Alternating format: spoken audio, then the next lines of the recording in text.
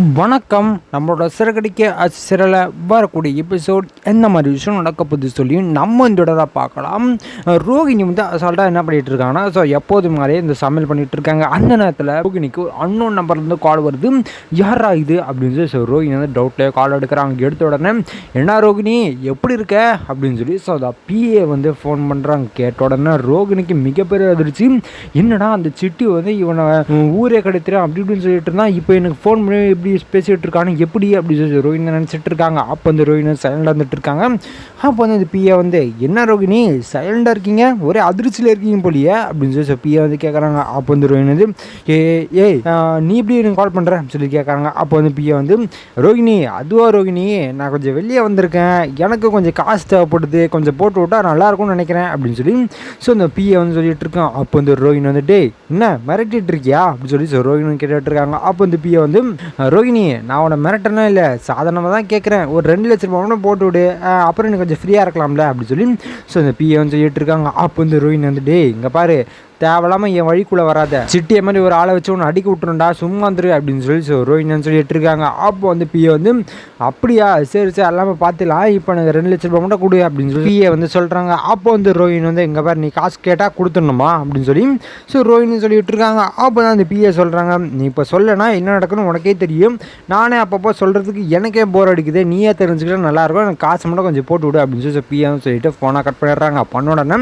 ரோஹிணி நினைக்கிறாங்க என்னடா இவன் அந்த சிட்டி வந்து ஊரே கிடைச்சிட்டான் அப்படின்னு சொல்லிட்டு இருந்தான், இப்போ என்னன்னா எனக்கு ஃபோன் பண்ணி காசு கொடுன்னு சொல்லிட்டு இருக்கான், என்னவா இருக்கும் அப்படின்னு சொல்லி ஸோ ரோஹிணி நினச்சிட்டு ஸோ சிட்டிக்கு ஃபோன் பண்ணுவோம் அப்படின்னு சொல்லி ஃபோன் பண்ணுறாங்க. பண்ண உடனே சொல்லுங்க மேடம் என்ன ரொம்ப நாள் கழிச்சு ஃபோன் பண்ணியிருக்கீங்க, ஏதோ வேலை வந்துருச்சா என்ன அப்படின்னு சொல்லி ஸோ சிட்டி வந்து கேட்டுட்டு இருக்காங்க. அப்போ வந்து ரோஹிணி வந்து சிட்டி என்ன காரியம் பண்ணி வச்சுருக்கீங்க சொல்லி கேட்குறாங்க. அப்போ வந்து சிட்டி வந்து என்ன மேடம் என்ன ஆச்சு இப்போ எது கத்துறீங்க அப்படின்னு சொல்லி கேட்குறாங்க. வந்து ரோஹிணி வந்து அந்த பிஏ வந்து எனக்கு ஃபோன் பண்ணி காசு கேட்குறான், எங்கே போய் என்ன பண்ணீங்க அவனை அப்படின்னு சொல்லி கேட்டுட்டு இருக்காங்க. அப்போ வந்து சிட்டி வந்து ஓ அவனா மேடம் கால் பண்ணுறானா சொல்லி கேட்குறாங்க. அப்போ வந்து ரோஹிணி வந்து என்ன சிட்டி இப்படி அசால்ட்டாக கேட்குறீங்க, ஆமாம் கால் பண்ணா அப்படின்னு சொல்கிறாங்க. அப்போ வந்து சிட்டி வந்து மேடம் அது வேறு ஒன்றும் இல்லையா, அவனுக்கு 2 லட்சம் தேவைப்படுதா, நீங்கள் எனக்கு கொடுத்தா கூட நான் அவனுக்கு பாதி கொடுத்துருவேன் அப்படின்னு சொல்லிட்டு இருக்காங்க.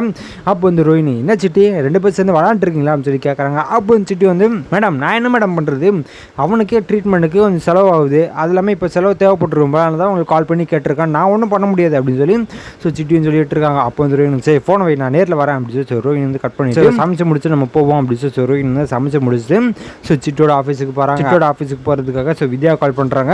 வித்யா இந்த மாதிரி சிட்டோட ஆஃபீஸுக்கு போனாங்க கொஞ்சம் ஒரே அப்படின்னு சொல்லி கூப்பிட்றாங்க. அப்போ வந்து வித்யா வந்து ஐயோ இல்லை எனக்கு கல்யாணம்லாம் ஆக போகுது, இந்த மாதிரி விஷயத்துலலாம் எனக்கு கூப்பிடாத அப்படின்னு சொல்லி ஸோ வித்யா வந்து ஃபோனை கட் பண்ணிடுறாங்க. அப்போ தான் ரோஹிணி சரி சரி இனிமேட்டு அவ்வளோலாம் கூப்பிட முடியாது, நம்மளே போவோம் அப்படின்னு சொல்லி ஸோ ரோஹிணி வந்து என்ன பண்ணுறாங்க ஸோ தண்ணி சிட்டோட ஆஃபீஸுக்கு போகிறாங்க. போன உடனே வாங்க மேடம் வாங்க என்னாச்சு அப்படின்னு சொல்லி கேட்குறாங்க. அப்போ தான் ரோஹிணி வந்து என்ன ஆச்சுன்னு தெரியாத மாதிரி கேட்டுட்டு இருக்காது சிட்டி, அவன் எனக்கு ஃபோன் பண்ணி டார்ச்சர் பண்ணிகிட்டு இருக்கா, என்ன நடந்துட்டு இருக்கு அப்படின்னு சொல்லி கேட்குறாங்க. அப்போ வந்துட்டு வந்து மேடம் நான் ஒன்றும் பண்ண முடியாது மேடம், அவன் ஃபோன் பண்ணி கேட்குறேன் நீங்கள் கொடுத்து தான் ஆகணும், இல்லைனா என்ன நடக்கணும் உங்களுக்கே தெரியும் அப்படின்னு சொல்கிறாங்க.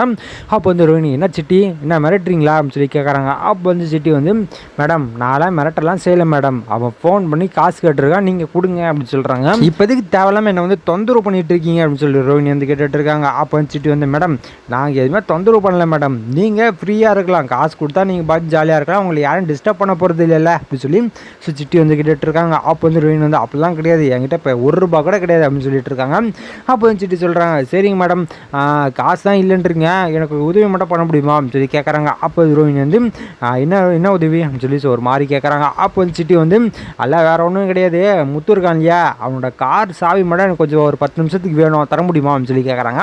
அப்போ வந்து ரோஹிணி சொல்கிறாங்க என்ன அவன் காசை என்கிட்ட கொடுத்து வச்சிருக்கான், நீ என்கிட்ட தர சொல்கிற சொல்லி ரோஹிணி வந்து கேட்குறான் சிட்டிக்கிட்ட. அப்போ சிட்டி வந்து மேடம் அதெல்லாம் எனக்கு தெரியும் மேடம், நீங்கள் ரொம்பலாம் பேச வேணாம், அவங்க கையில் தான் இருக்குன்னு தெரியும், நைட்டு எப்படி இருந்தாலும் அவன் 10 மணிக்கு மேலே வருவான் இல்லையா, ஸோ வந்த பிறகு எல்லாம் தூங்கினதுக்கப்புறம் நான் கீழே வரேன், வந்துடுறேன், நீங்கள் சாவி மட்டும் எடுத்துகிட்டு என்கிட்ட கொடுங்க, அப்போயே நான் வேலையை முடிச்சு அவங்ககிட்ட சாவியை கொடுத்துட்றேன் அப்படின்னு சிட்டி வந்து சொல்லிட்டு இருக்காங்க. அப்போ வந்து ரோஹிணி வந்து அது எப்படி சிட்டி பண்ண முடியும், ஏற்கனவே அந்த ஃபோனை எடுத்ததுக்கு வித்யா மேலே அவனுக்கு ஒரு டவுட் இருக்குது, இதுவும் இப்போ பாண்டிக்கிட்டேன்னா அவ்வளோதான் முடிஞ்சு போச்சு எங்கே தான் அப்படின்னு சொல்லிட்டு இருக்காங்க. அப்போ வந்து சிட்டி வந்து மேடம் அதெல்லாம் ஒன்றும் ஆகாது மேடம், அது இல்லாமல் அந்த வித்யா மேலே டவுட் டவுட்டு தானே இருக்குது, கன்ஃபார்ம்லாம் பண்ணல, அது பண்ணவும் முடியாது அப்படின்னு சொல்லி ரோஹிணி சொல்லிட்டு இருக்காங்க. அப்போ தான் சிட்டி வந்து சரிங்க மேடம், அதெல்லாம் ஒன்றும் பிரச்சனை வராது, நான் தான் சொல்லிட்டேன்ல, ஒன்றும் உங்களுக்கு எந்த பாதிப்பும் வராது, நீங்கள் சாவி மட்டும் எடுத்துகிட்டு வந்து கொடுத்தா நீங்கள் சேஃப் ஆகிடுவீங்க, ஒன்றும் பிரச்சனை, நீங்கள் காசு கூட கொடுக்க தேவையில்ல, நான் அவனை பார்த்துக்கிறேன் அப்படின்னு சொல்லி சிட்டி வந்து சொல்லிட்டு இருக்காங்க. அப்போ வந்து ரோஹிணி வந்து சரி சரி அதெல்லாம் இருக்கட்டும், எத்தனை மணிக்கு என்ன எப்படி பண்ணோம் சொல்லி கேட்டுட்டு இருக்காங்க. அப்போ வந்து சிட்டி வந்து அதான் மேடம் சொல்லிட்டேனே, அவன் சாவி எடுத்து நீங்கள் என்கிட்ட கொடுங்க,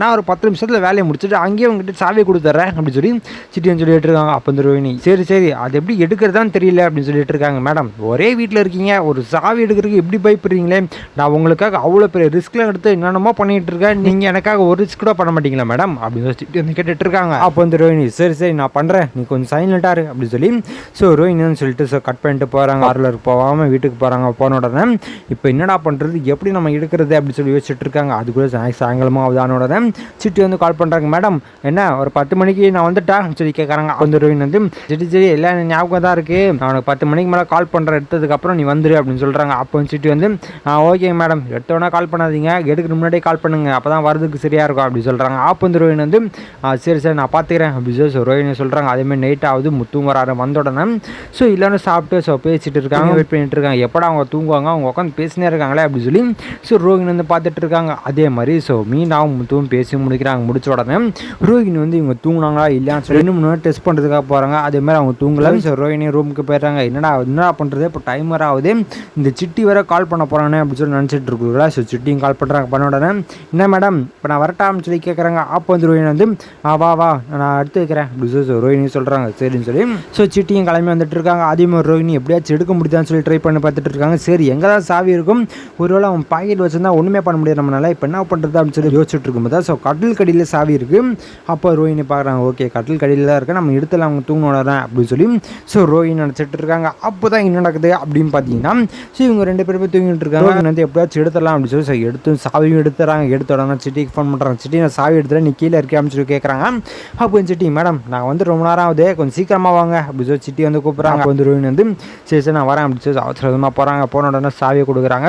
கொடுத்த உடனே ஸோ சிட்டி என்ன பண்ணுறாங்கன்னா ஸோ அதே சாவிக்கு ஒரு அடையாளம், அதாவது ஒரு போலி சாவி தயாரிக்கிறதுக்காக ஒரு மிஷின் எடுத்து அதை அச்சு வைக்கிறாங்க. வச்ச உடனே ரோஹிணி வந்து கேட்குறாங்க, இப்போ எதுக்கு அவனோட சாவி அச்சு வைக்கிறேன், என்ன பண்ண போகிறான்னு சொல்லி கேட்டுருக்காங்க. அப்போ வந்து சிட்டி வந்து மேடம் அதெல்லாம் நான் ஒரு விஷயம் பண்ண போகிறேன், அவனை சும்மாலாம் விட மாட்டேன், என்னை போலீஸ் ஸ்டேஷனில் கொண்டு போயிட்டு அரெஸ்ட் பண்ண வச்சான்ல, அவனை சும்மா விட மாட்டேன், நான் என்ன பண்ணணுமோ நான் அதை பண்ணிக்கிறேன், நீங்கள் கவலைப்படாதீங்க அப்படின்னு சொல்லிட்டு இருக்காங்க. அப்போ வந்து ரோஹிணி சரி நீ என்னை மாட்ட விடாமல் இருந்தால் போதும் அப்படின்னு சொல்லிட்டு இருக்காங்க. அப்போ வந்து சிட்டி வந்து அதெல்லாம் பார்த்துக்கிறேன் மேடம் அப்படின்னு சொல்கிறாங்க. அப்போ வந்து ரோஹிணி சரி அதெல்லாம் இருக்கட்டும், இன்னொன்று இனிமேட்டு அவன் எனக்கு கால் பண்ணாமல் பார்த்துக்கோ அப்படின்னு சொல்கிறாங்க. அப்போ வந்து சிட்டி வந்து மேடம் அதெல்லாம் பார்த்துக்கலாம் மேடம், இவ்வளோ பெரிய உதவி பண்ணியிருக்கீங்க, உங்களுக்கு நான் இது கூட பண்ண மாட்டேன்னா பார்த்துக்கலாம் அப்படின்னு சொல்லி சிட்டி வந்து சொல்லிட்டு கிளம்பி போகிறாங்க. போன உடனே ஸோ ரோஹிணி நினைக்கிறாங்க, எப்போ ஒரு வழியாக அவங்ககிட்ட சாவி கொடுத்தாச்சு, சரி நம்ம கொஞ்சம் ரிலாக்ஸ் ஆகிட்டு போவோம் அப்படின்னு சொல்லி ரோஹிணி நினச்சிட்டு எப்படியாச்சும் அவனோட காரில் போதை பொருள் வச்சு அவனை போலீஸ்கிட்ட மாட்டி விட்டுருவோம் அப்படின்னு சொல்லி சிட்டி ஒரு பிளானை போட்டு அதுக்காக தான் இந்த சாவியோட அச்சும் ரோஹிணிகிட்ட இருந்து வாங்கிட்டு போகிறாங்க. இந்த சைடு நடக்குது அப்படின்னா ரோஹிணி வந்து மேலே போகலாம் அப்படின்னு சொல்லி மேலே போகிறாங்க. போன உடனே அங்கே மீனாவும் முத்தும் ஏஞ்சி நிற்கிறாங்க. ஏஞ்சி நிறுத்த உடனே ஸோ ரோஹிணிக்கு பக்குன்னு ஆகுது. அப்போ வந்து மீனா ரோஹிணி எங்கே போய்ட்டு வரீங்க சொல்லி கேட்குறாங்க. அப்போ தான் ரோஹிணி வந்து இல்லை மீனா தூக்கம் வரல, அதான் வெளில போகலான்னு சொல்லிட்டு போயிட்டு வந்தேன் அப்படின்னு சொல்கிறாங்க. அப்படியா சரி உள்ளே போங்க அப்படின்னு சொல்லி ஸோ மீனா சொல்கிறாங்க. அப்போ ரோஹிணி எப்போ நல்ல வேலை மாட்டிக்கிட்டோன்னு நினச்சேன், தப்பிச்சிட்டேன்டா அப்படின்னு சொல்லி ஸோ ரோஹிணி நினச்சிட்டு இருக்காங்க. அது இல்லாமல் இன்னொரு விஷயம் எப்படி சாவி வைக்கிறதுன்னு சொல்லி யோசிச்சுட்டு இருக்காங்க. இவங்க வர முழிச்சிட்டு இருக்காங்க. இப்போ நம்ம என்னடா பண்ணுறது அப்படின்னு சொல்லி ரோஹிணி நினச்சிட்டு இருக்காங்க. ஸோ இதுக்கப்புறம் எந்த மாதிரி விஷயம் நடக்க போகுது சொல்லி நான் அடுத்த விடையில் உங்களுக்கு அப்டேட் பண்ணுறேன். ஸோ அது வரைக்கும் நம்ம சேனல் சப்ஸ்கிரைப் பண்ணி பக்கத்தில் பெல் ஐக்கன் பண்ணி வச்சுக்கோங்க. நன்றி, வணக்கம்.